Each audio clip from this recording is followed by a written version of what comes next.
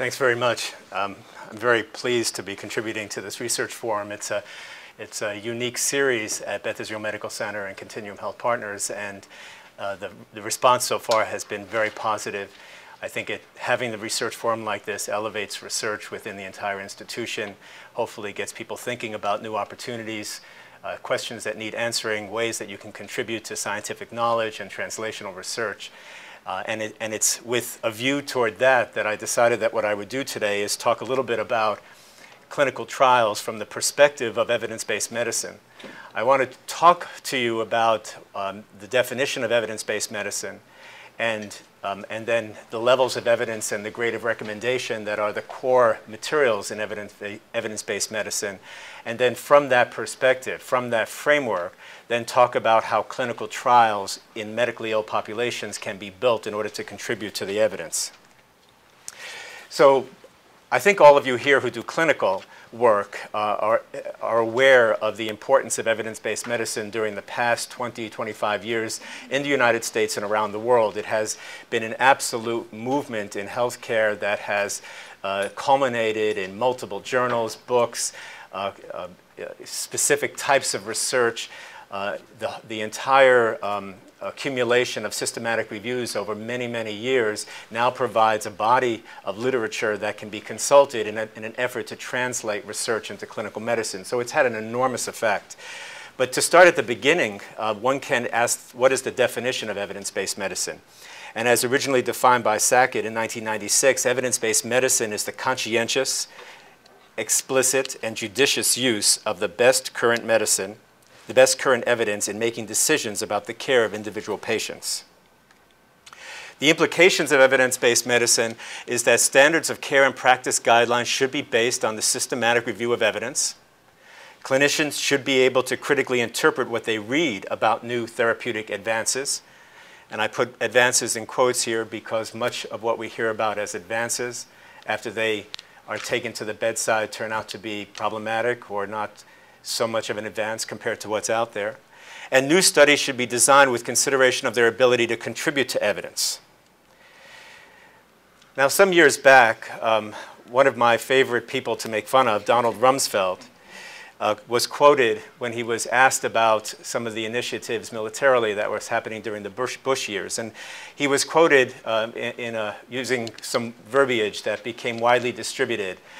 And for me, this resonates so strongly with the concept of evidence-based medicine and what we're trying to accomplish through this accumulation and review of evidence and translation of evidence to the bedside that I decided to include it here for you.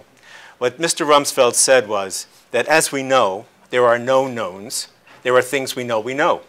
We also know there are known unknowns. That is to say, we know that there are some things we do not know. But there are also unknown unknowns, the ones we don't know, we don't know. So as you think about evidence and think about the translation of evidence to the bedside, this is the nub of the issue right here, that there are unknown unknowns. And so as you try to take what we now know to be verifiable reality by virtue of having high quality evidence and then move that to the incredibly complex realm of clinical medicine, you realize that it's what is known to be unknown and what is not known to be not known that creates the challenge of doing clinical medicine based on the evidence. So let's talk a little bit about the key outcomes in evidence-based medicine. There are two key outcomes. One is the quality of evidence, and this means the quality of evidence from existing studies about a specific question or intervention. And then there is something that has been called the strength of recommendation. And the strength of recommendation, which is so important in the development of evidence-based guidelines, means that recommendations for practice change based on the analysis of benefits, burdens, and costs. All the evidence we have about any question in medicine can inform the strength of recommendation, but cannot solely determine it because of the complexity of the clinical situation. There are numerous the key outcomes in evidence-based medicine, the level of evidence and the grade of recommendation, have been codified in numerous systems that have been developed to measure the quality of the evidence and then to determine the strength of the evidence. One consensus approach is called the GRADE approach, grading of recommendations, assessment, development, and evaluation. And this has been around now for almost a decade and is a widely accepted approach for codifying the key outcomes in evidence-based medicine. And I find this approach to be very useful clinically, and it has been the approach that's been incorporated into the evidence-based guidelines developed by the pain and palliative care communities. According to the grade scoring, the quality of evidence can be evaluated in terms of 4 levels: high, moderate, low, and very low. And this is based on the design of the studies, the number of studies, the quality of the study methods, and the consistency of results.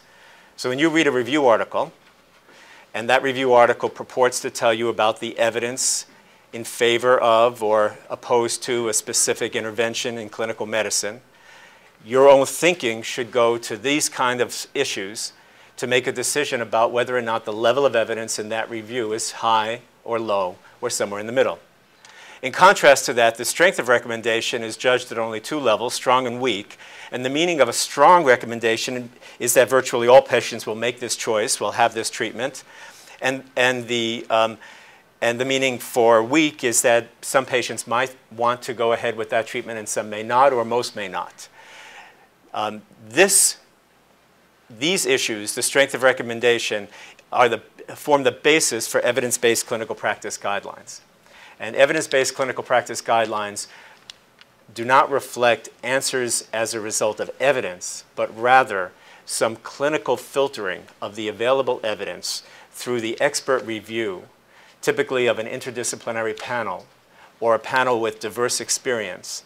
And that panel then looks at the evidence as it currently is, looks at the quality of that evidence, and then makes a statement about the strength of recommendation for that treatment as a result of the existing evidence and clinical experience. Now, it's very important to understand that the level of evidence really varies dramatically depending on the question and depending on the kinds of publications that exist in the literature. And this is one ladder that has been used to distinguish the different quality of, the varying quality of evidence. At the top are systematic reviews or meta-analyses. Randomized controlled trials reflect strong evidence. Then there are observational studies, cohort studies that can be retrospective or, as better evidence, prospective, case-controlled studies, then case series, then case report, then expert opinion. And again, from my perspective in trying to teach clinical medicine, the importance of looking at a research paper is to ask the asking the question, what level of evidence do we have from this information? And can we make that judgment based on the design of the study or on the number of studies in a specific area? So according to the grade scoring system, high-quality evidence requires randomized controlled trials with few methodological flaws, and quality is downgraded if the RCTs have flaws, are inconsistent, or do not assess key elements. Low-quality evidence is usually produced by observational studies like cohort studies or case-controlled studies, and the quality is upgraded if there are meticulous methods, large effects, dose response in drug studies. And I'll say right now, and I'll come back to later, in the area of the medical management of the seriously ill population, drugs for pain and symptom control, most of what we do on the basis of observational studies. And that doesn't mean that we ignore the importance of quality evidence. One looks at the observational studies to see whether or not they were done with meticulous methods, have large effects, have a dose response, or whether or not there were enough constellation of studies, a large enough constellation of studies that are all observational but together suggest the same reality. And if that's true, then observational data can be strong enough to lead to a grade of recommendation of good. So what is a methodology of a high-quality randomized controlled trial? This goes for all randomized controlled trials. Adequate randomization, which can be computer-based or random numbers tables. And a not adequate randomization would be, for example, alternating treatments or other assignments. So you're looking at randomization. Randomization is the way that differences across patients will be evenly distributed across study groups. So that's biases that you may not even be aware of will be avoided because the characteristics that could affect outcome are evenly distributed across study groups through a process of randomization. So randomization is a very key element of a high-quality design. Another key element is adequate allocation concealment, or what's called blinding. Now, this can either be through centralized allocation or blinded codes or other methods. This should lead to the similarity of baseline groups, and that this similarity should be demonstrated in the analysis. This is the methodology of all RCTs. The blinding of treatments from both patients and care providers through the use of identical placebo or other controls or sham therapies. The blinding of outcome assessors and data analysts. The similarity of concurrent therapies allowed across treatment groups. Low dropout rates.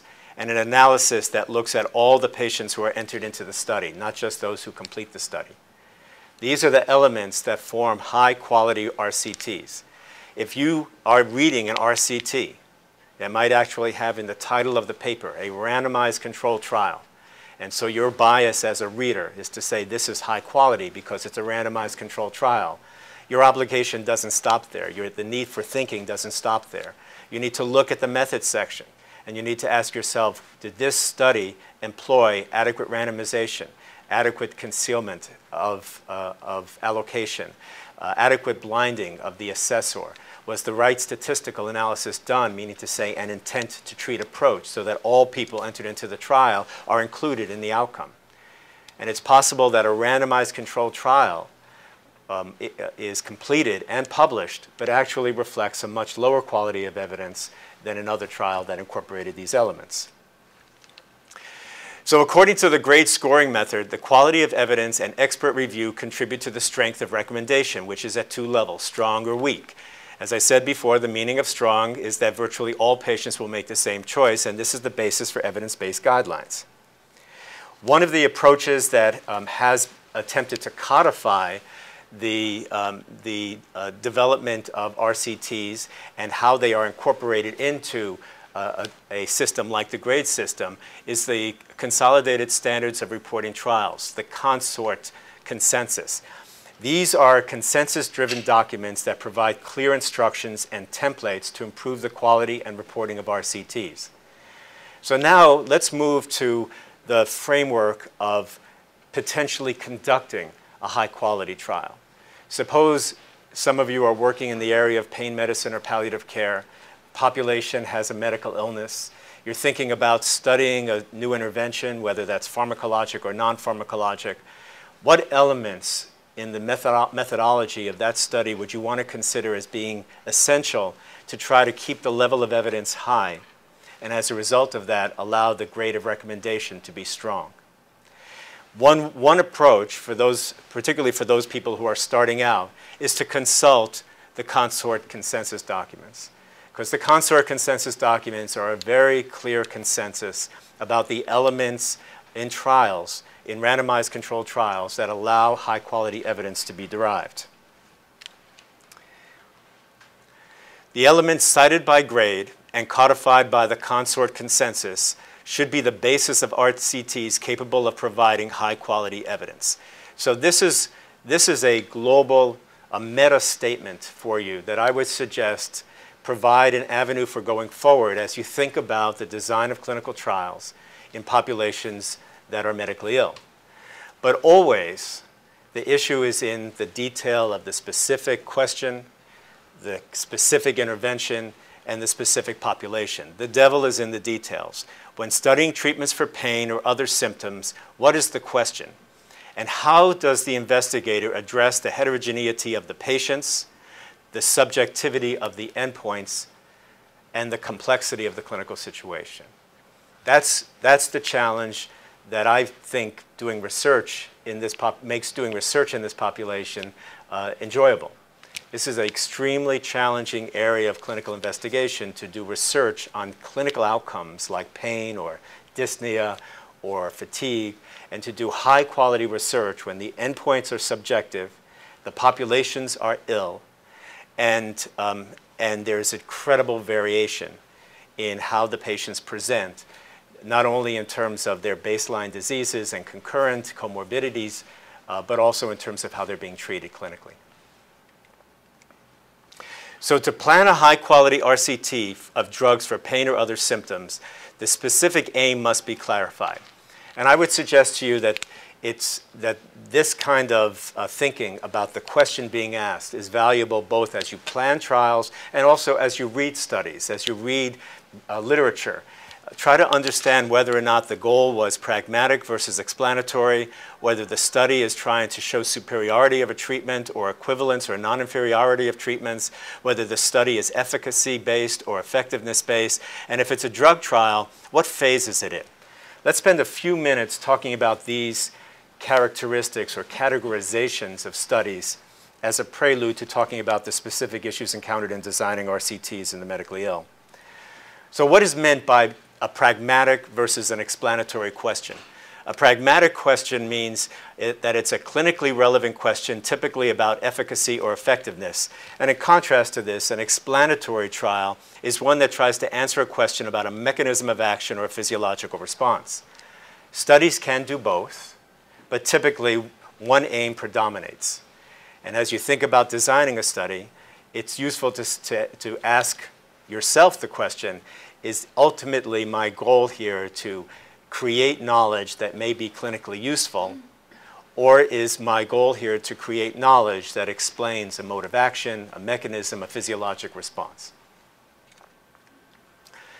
If you're comparing two interventions for pain or some other symptom, studies can either be superiority studies, equivalence studies, or non-inferiority studies. The superiority study means that the treatment is better than a comparator, and the equivalence or non-inferiority study is trying to determine if the treatment is similar to the comparator. The vast majority of studies published in the medical literature are superiority trials. And superiority trials are much easier to do credibly. So, and again, this should just be a red flag. If you see a study that has purportedly demonstrated equivalence, new drug X is as good as existing drug Y, then a little red flag should go up in your brain as you recognize the challenge of actually doing that trial and demonstrating equivalence that can be determined to be therapeutic equivalence instead of a problem with the assay. Let me say that again. If you have two treatments that are given to a population of patients and the two treatments show no difference, there can be two reasons for that. One reason is that you have true therapeutic equivalence. Both treatments work the same. Another possibility is that the study did not have the sensitivity, the power to pick up a difference. The outcome in terms of the data are identical. You see data, you see endpoints that give you the same amounts, the same scores. How do you know whether or not that means that you had a good study that clearly demonstrated therapeutic equivalence, or that you had an inadequate study that was incapable of showing a difference that actually exists? That's why non-inferiority or equivalence trials are more rarely done, that and other reasons that relate to how drug development is done in the US. But it's also true that when they are done, it's much more difficult to get credible results from these kinds of studies. And it doesn't mean that should you see a study, a so-called negative trial, that you don't believe it, but you have to look at it very carefully in order to convince yourself that the data are actually showing therapeutic equivalence. And you can realize here the tension. On the one hand, clinical investigators like us are strongly encouraged to try to publish your negative trials, because the literature has a positive result bias. You only see in the literature what worked, and you tend not to see in the literature what didn't work. So on the one hand, I and other people would strongly encourage investigators to publish your negative trials. On the other hand, if your trial is negative, I'm probably not going to believe it. And so that's the challenge. That's the challenge. You have to look at the methodology very carefully, and there are rules that have been published for non-inferiority and equivalence trials. And the rules include, for example, to pick a difference between the two treatments, so-called D, and that difference is predetermined, and if the results are within that difference, then you say they're equivalent, and if they're not in that difference, they're not equivalent. But it's sort of a pre-planning process where you try to make sure that your methods are rigorous, the power is adequate, and you've set a difference between the two treatments that you're willing to call equivalent. If those elements don't exist, and you simply had somebody who set out to show that drug A was better than drug B, but it didn't work, then you don't know whether you have true therapeutic equivalence or you have an inadequate study. The very, very first large clinical trial that I ever did when I was, quite young, demonstrated conclusively that morphine is no better than ibuprofen. Dr. Cruciani said, good job. That study was not published. Now, what's the difference between efficacy and effectiveness trial? This is really very, very important. And I just came back from a trip and gave a talk about clinical practice and made this comment. And this generated questions and discussion in the audience because it was clear that there was confusion in the audience in that conference about efficacy versus effectiveness trials. Efficacy trials are done in order to show that something works. Effectiveness trials are done to show that something may work with a favorable therapeutic index, meaning to say benefits outweigh burdens and risks in the target population. Efficacy, does it work? Effectiveness, does it work in a clinically meaningful way in a real-life setting? Efficacy trials are usually superiority trials. They compare a drug in a narrow dose range to placebo, are brief and conducted in a carefully selected population. So that's a good thing, because if you have all those controls, you're able to tell, does this work as compared to placebo? What a placebo-controlled efficacy trial doesn't tell you is whether or not the treatment will be effective. Effectiveness trials usually have an active comparator, have less restrictive inclusion-exclusion criteria, explore a larger dose range and a longer treatment period. Comparative effectiveness trials have become a very important term in the new era of healthcare reform within which we are all functioning. I think on some mornings, Mr. Obama is awakened from a deep sleep saying the words, comparative effectiveness trials. One only hopes that he and the people who work for him know what this means. Comparative effectiveness trials are clearly most informative in changing clinical practice and identifying cost-effective therapies. That's why they're so important in healthcare reform. If you have a new therapy and it costs $20,000 a month for a specific kind of neoplasm, for example, and you have an existing therapy that costs $5,000 a month, you'd like to know that the new therapy provides clinically meaningful benefit to a population being studied in a real-life setting. Unfortunately, very few comparative effectiveness trials have been done, given the methodological and funding challenges, and I don't anticipate that many are going to be done, despite the fact that they wake Mr. Obama up at night. They're very expensive to do. And remember, if you do a comparative effectiveness trial and you end up with a negative result, if it wasn't designed as a non-inferiority or an equivalent study to begin with, you have to be convinced that that result means therapeutic equivalence and not an inadequate assay. So a comparative effectiveness trial could be the situation in which you spend many millions of dollars on a big trial only to show no difference and then have the medical community criticize that study for not having the power to show difference appropriately. Now, the fourth categorization of RCTs relevant to the development of clinical trials for medically ill patients is one that has a regulatory implication. That's the difference between phase 2, phase 3, and phase 4 trials. These are regulatory terms that are common in the United States and Europe, and they have common meanings. Phase 1 trials are early studies of metabolism mechanisms of actions, typically in healthy participants, sometimes in patients. Phase 2 trials are small, controlled clinical trials to evaluate efficacy or effectiveness and safety, and they may or may not be adequately powered.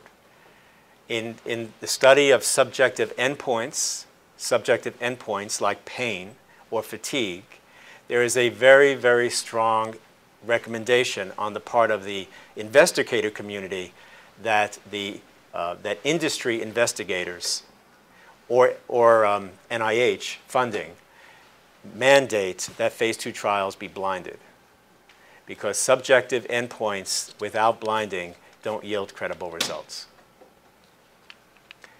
Phase 3 trials are larger, adequately powered trials to evaluate the benefit-risk relationship and provide a basis for labeling, and phase 4 trials are post-approval studies to enlarge the clinically relevant information. For phase 3 and phase 4 trials, the clinical relevance of the data are reflected in 3 questions. Are the results valid? Do the results generalize to the broader population with the target symptoms? And if the results are valid and generalizable, are they robust or meaningful enough to warrant a change in clinical practice? For those individuals in my department who attend Journal Club, you know that our goal at the end of every Journal Club is to look at a new publication and ask these 3 questions.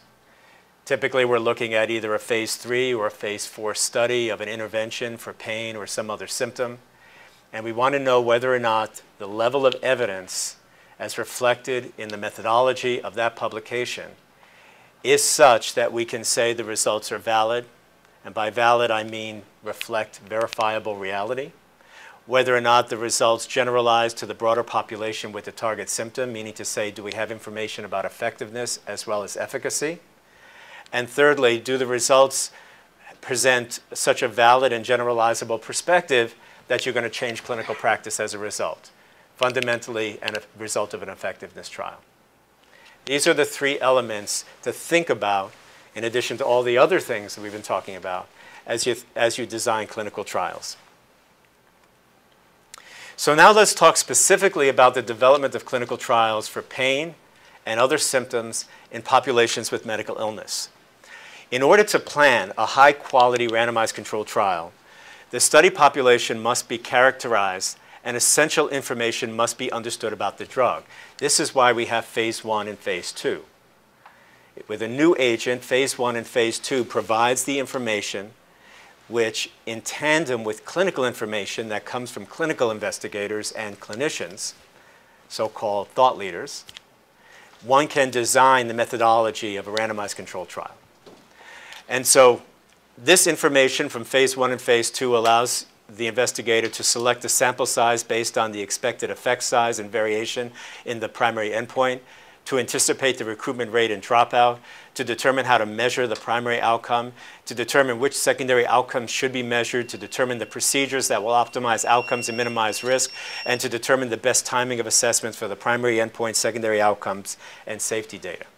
All of these are questions to think about. And these are the important questions that clinicians can provide insight in when investigators are trying to design trials.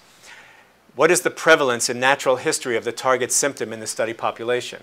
For example, if you were treating a symptom in a target population and you knew that that symptom in 80% of patients had a natural history of being gone in 2 weeks, and you were designing a trial that had a primary endpoint analysis at 1 month, it'd be very unlikely that you're going to show any difference. So in order to know when to assess outcomes and how long to assess outcomes, you need to know the natural history and the prevalence of the symptom.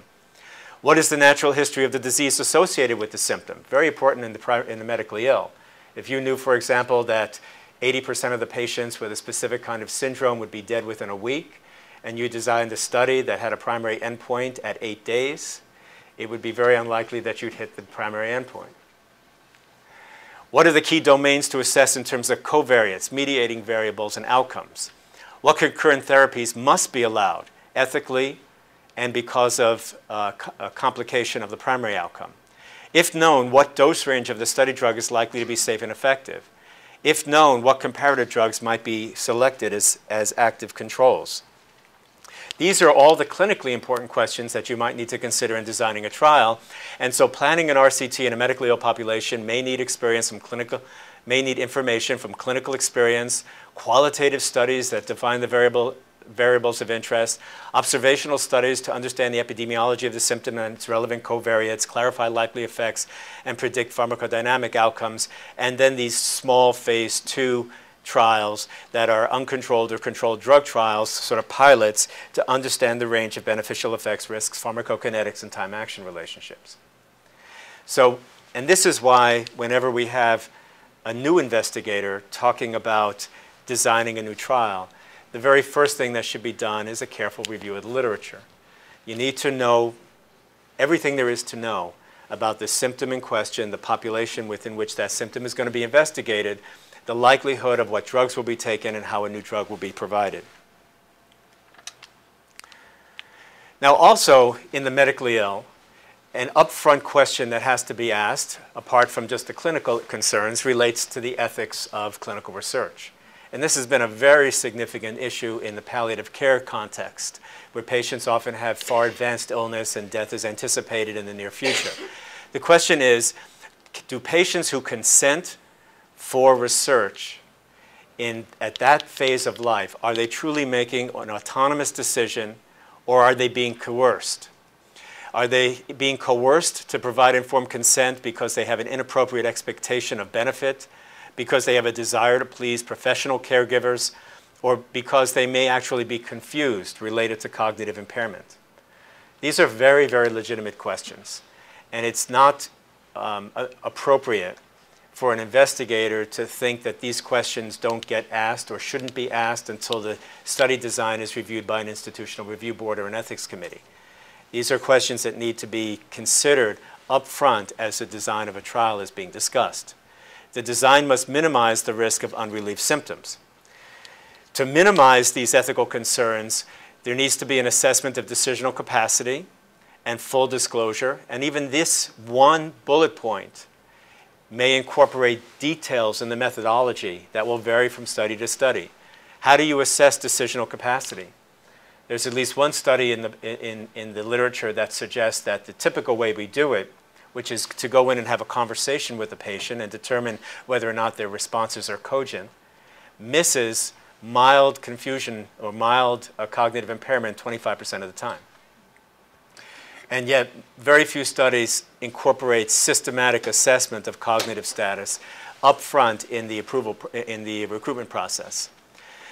If you're using a drug, incorporating rescue dosing for uncontrolled symptoms, unimpeded dropout so that patients who aren't doing well can leave, and also periodic review by a data safety monitoring board, which is now generally required in US federally funded trials.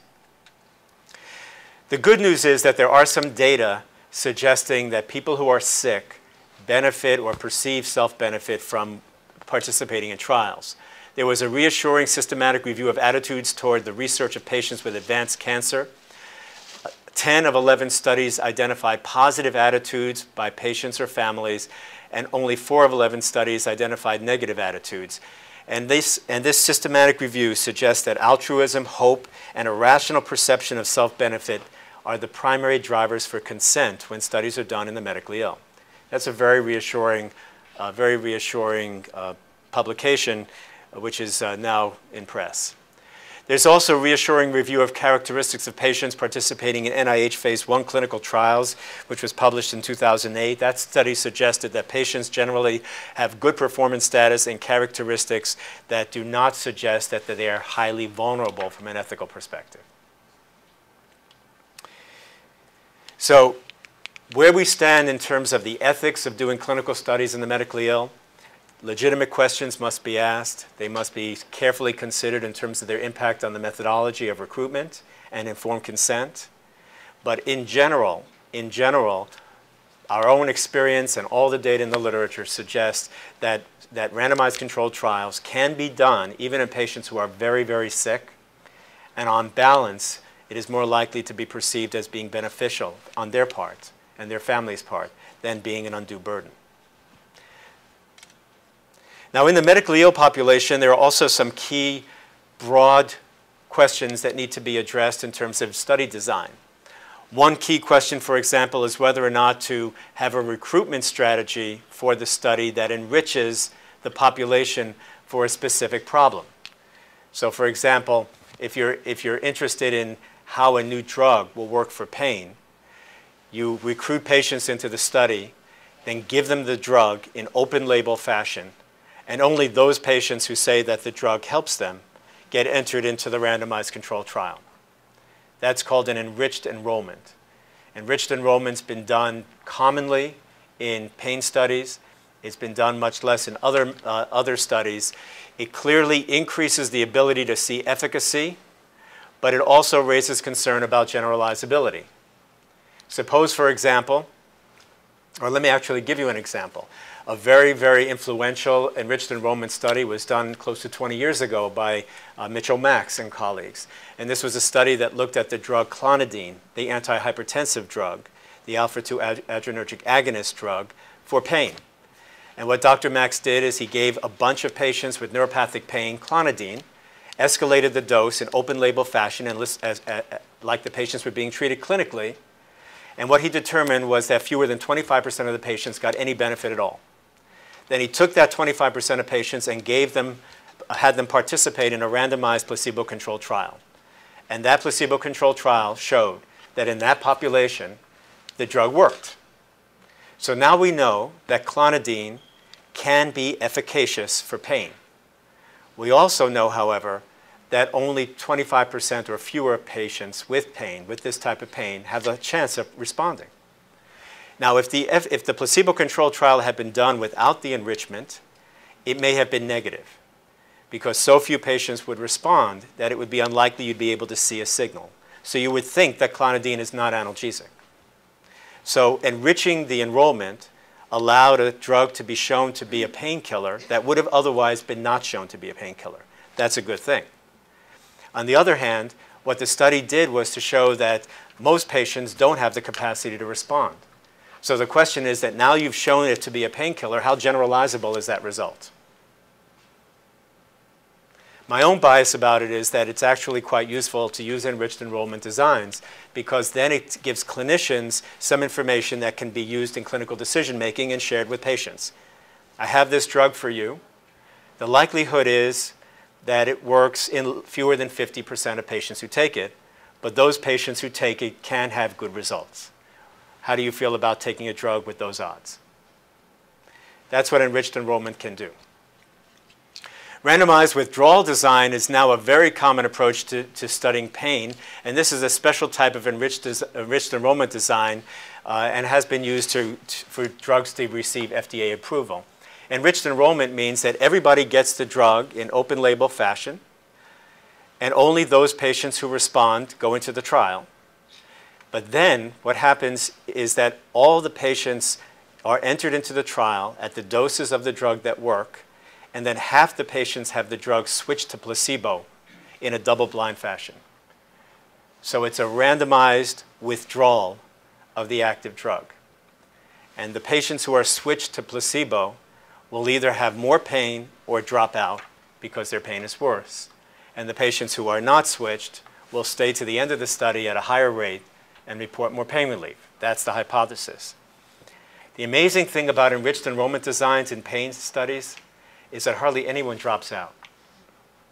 That just shows you the power of participating in a trial and how important it is when the investigator walks in wearing a nice suit. But the reality is that that approach, enriched enrollment with randomized withdrawal, is now probably considered to be the standard approach for getting pain drugs approved in the United States. Another broad issue is to consider doing add-on studies versus substitution therapy. Add-on studies are just what they say. The patient is allowed to come into the trial taking whatever they're taking for the target symptom, and then you add on a drug. Substitution therapy, they're required to come off their drug. Add-on reduces the risk to the patient and minimizes ethical concerns, but it may reduce the ability to see an effect or determine whether AEs, adverse events, are due to the study drug itself or due to the combination. So these are the decisions when you finally get down and you've looked at the grade recommendations, you've looked at consort, you sort of get the big picture in terms of what the key elements of randomized controlled trials are, and then you decide whether you want to do an efficacy or an effectiveness trial, you decide if you're doing phase 2 or phase 3 or phase 4, and all those decisions are made, and you decide that what you're doing is ethical. Now you move into the real critical decision making. What is the design that I want to do in this particular question? Do I want to try for an enriched enrollment? Do I want to try an add-on trial? There are also key methodological decisions that have to be made in the medically ill population. For example, if patients are going to get sicker and sicker, is it appropriate to use a primary endpoint after short-term dosing, but then continue the blinding thereafter to collect more data?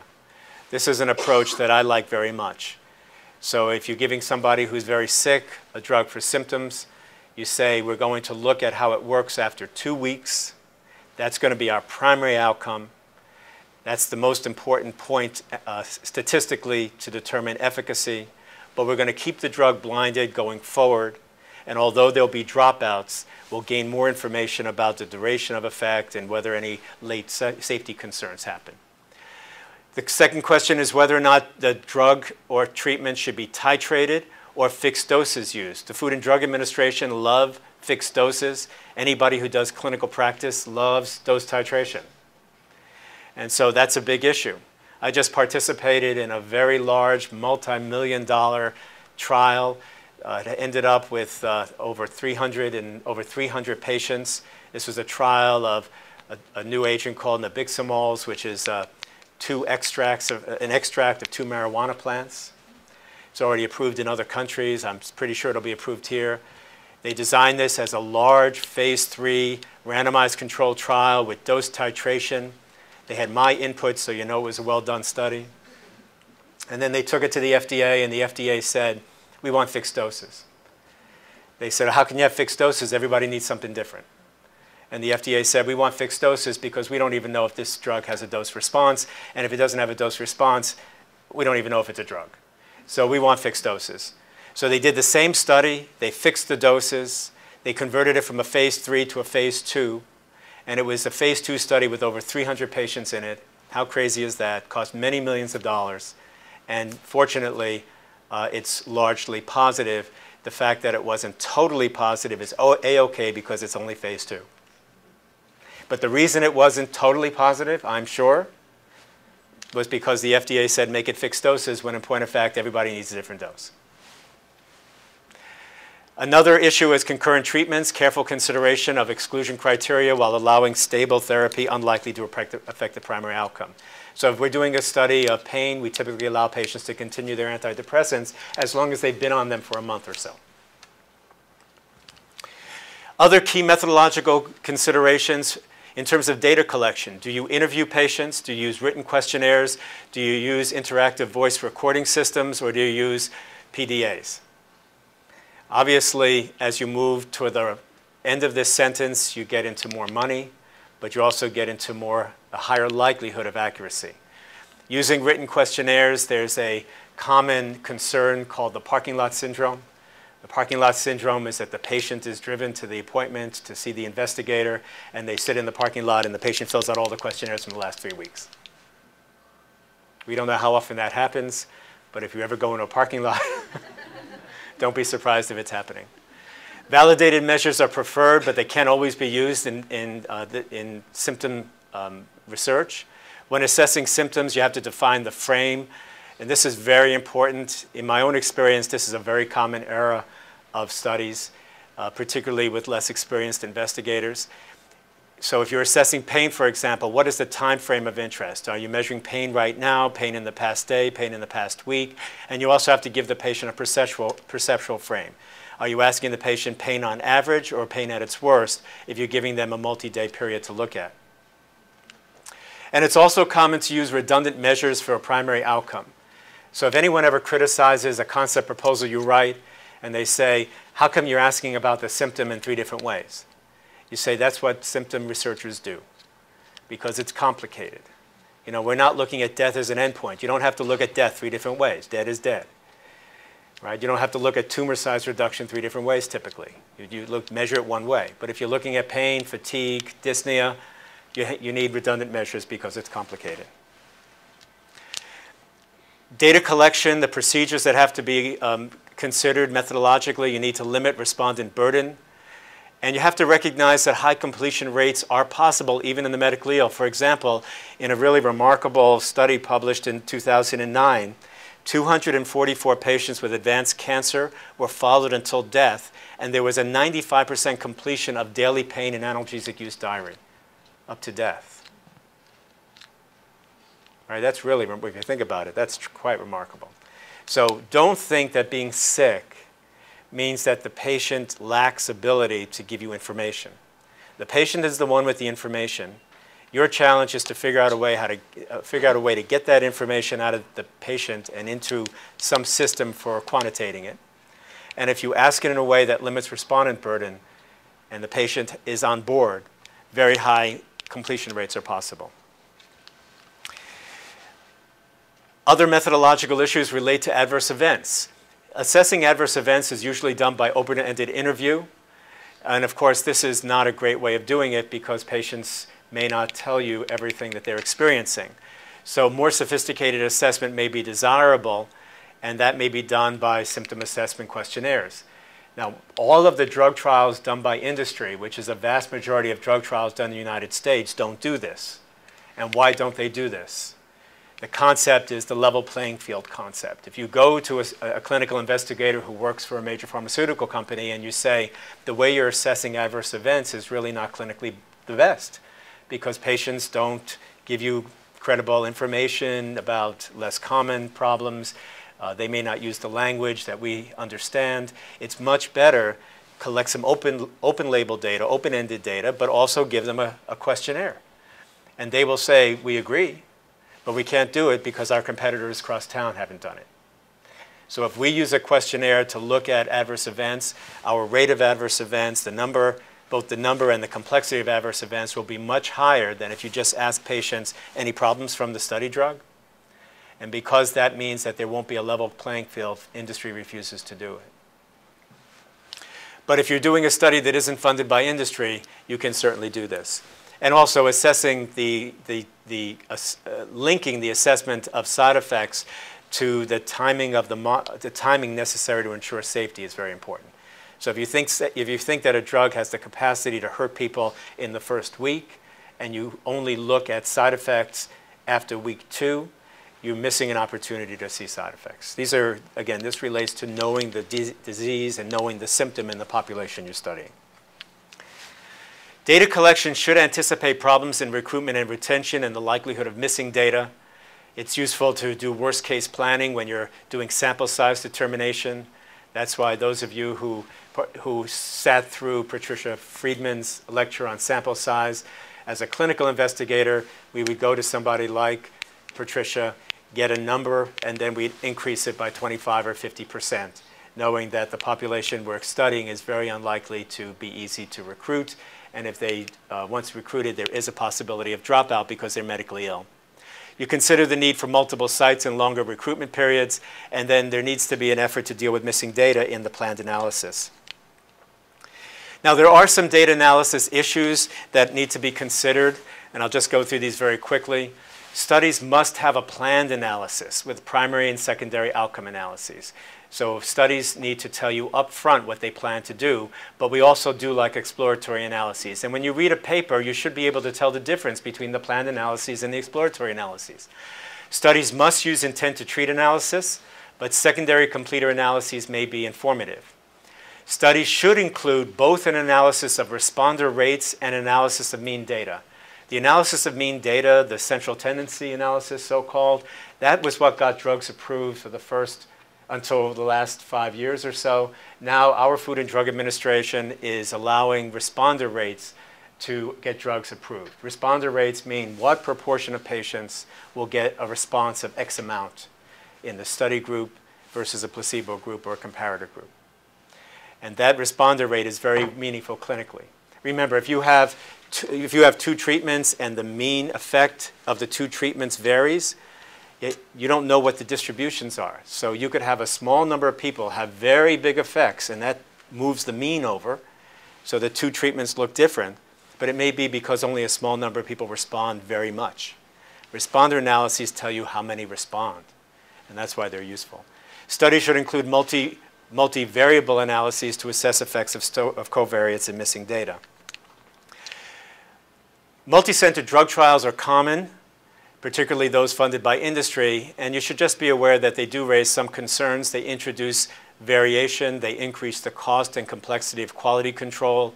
They may increase costs through specific requirements like multiple IRBs and translation of instruments, project management. Some of these concerns can be addressed through a central IRB, a core service function that provides project management, and one independent data safety and monitoring board. And if you collaborate with industry and you're part of a multi-center study, you should expect to be dealing with these issues and make sure that you're comfortable with those, with the solutions that are being provided. Funding for drug trials for symptom control is obviously a key issue. Most funding does come from industry. The results of industry-funded studies do raise concern about bias. Many questions do not interest industry, but interest clinicians. But unfortunately, there's very limited federal funding for research networks or research independent investigators, and this impacts on our ability to do studies. So for the foreseeable future, we are going to be relying on industry to try to help us do studies, and the goal there is to make sure that you can have input into what industry is proposing and that the scientific validity and appropriateness is confirmed by a very careful review of what they're doing. So what I try to suggest to you today is that we're in an evidence-based world, and evidence means that we have to read the papers that exist with a different eye than in the past and look at the quality of the evidence that the paper provides. And we also have to recognize that level of evidence is different than grade of recommendation. And what we do clinically is based on evidence, but is not determined entirely by evidence. There's a combination of factors that will determine what our clinical best practices are. But clearly what we want to do is create more evidence, and by creating more evidence, you either want to do meticulously designed observational trials, very important in palliative care and pain, or we want to do randomized controlled trials. And randomized controlled trials are needed to provide high quality evidence. Methods are established but continue to evolve, and non-industry research funding mechanisms and support by the research community are badly needed. Thanks very much for your attention.